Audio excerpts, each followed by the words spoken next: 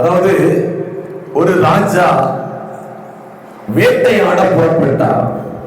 வேட்டையாட புறப்படுகிற பொழுது மந்திரியிடத்தில் இப்படியாக கேட்டாராம், இன்னைக்கு மழை வருமா?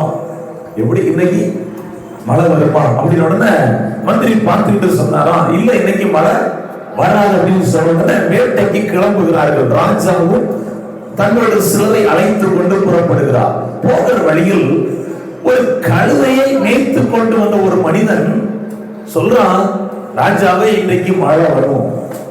இன்னைக்கு இவர் அதை பொருட்படுத்தல. இவன் சொல்லி நம்ம மந்திரி நமக்கு செஞ்சிட்டாரு சொல்லிட்டாரு சொல்லிட்டு புறப்பட்டு போனாரு.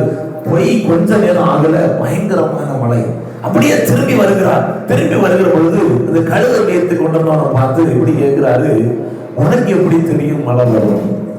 அப்போ அவன் சொன்னானா, அதாவது மழை வருவதற்கு முன்பாக என் கழுதை என்ன செய்யணும், காதை முன்பக்கமா நீட்டும். எப்படி காதை நீட்டும் அப்படின்னு உடனே அன்னையில இருந்து நேர அரண்மனைக்கு வந்து அந்த மந்திரியை பதவிட்டு நீக்கிவிட்டு கழுதைய மந்திரியா மாத்தினாராம். இந்த கதைய அமெரிக்க தேசத்தின் அதிபதியாகிய ஆபிரகாம் லிங்கன் சொல்லி முடிச்சுட்டு சொன்னாதான் இன்னைக்கு அநேக கழுதைகள் பதவிக்கு ஆசைப்படுகிறன அப்படின்னா.